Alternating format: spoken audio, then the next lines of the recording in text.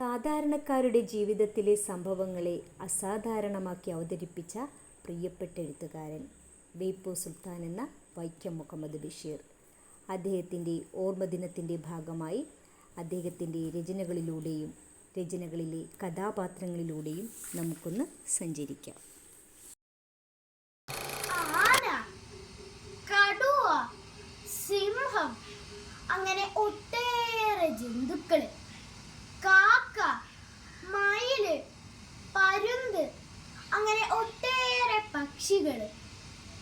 കടലിലാണെങ്കിലാ തിമിംഗലം, സ്രാവ്, മീനുകൾ, എത്രയെത്ര ജീവികളെയാണ് ഈ ഭൂമിയുടെ അവകാശികളായി ഈ ഭൂമിയിൽ സൃഷ്ടിച്ചിരിക്കുന്നത്. ബഷീർ ആദർശവനായ ബഷീറിന്റെ പ്രായോഗിക ചിന്താഗതിക്കാരിയായ ഭാര്യ. 1 + 1 = 2.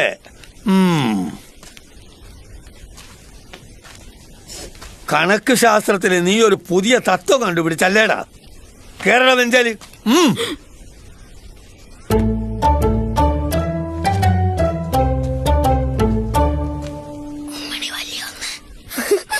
ഉമ്മണി വല്യൊന്നു വിളിയടാ.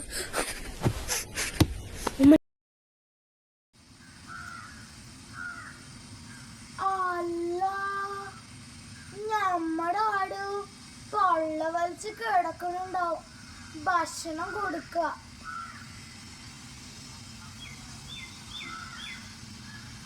പത്തിരി ചുട്ടു വിളമ്പി നടന്ന മുത്തളി പാത്തുമ്മ.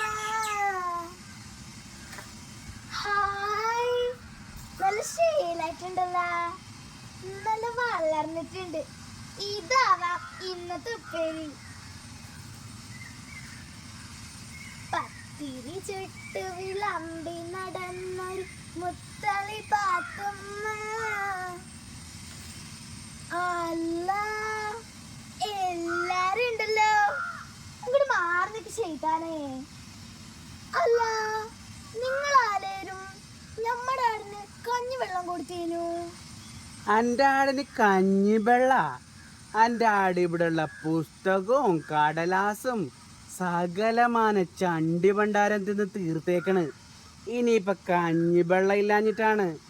പെരയിൽ 100 കൂട്ടം പണിയുണ്ട്, അതിൻ്റെ ഇടയിലാണ് ഉള്ളൊരു കഞ്ഞിവെള്ളം. പറഞ്ഞോളി, ഇപ്പൊ എന്ത് വേണേലും പറഞ്ഞോളി. നമ്മുടെ ആടുന്ന് പെറ്റോട്ടെ, എല്ലാരുടെ പുറകെ നടക്കും. അപ്പൊ കാണിച്ചു തരാം.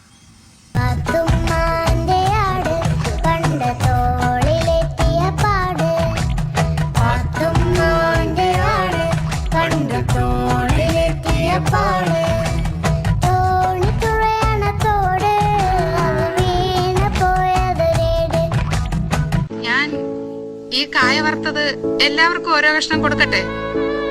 എല്ലാവർക്കും കൊടുക്കും, നാരായണയുടെ എന്റെയും പേരിൽ. എന്നെ മാത്രം സ്നേഹിക്കുവോ?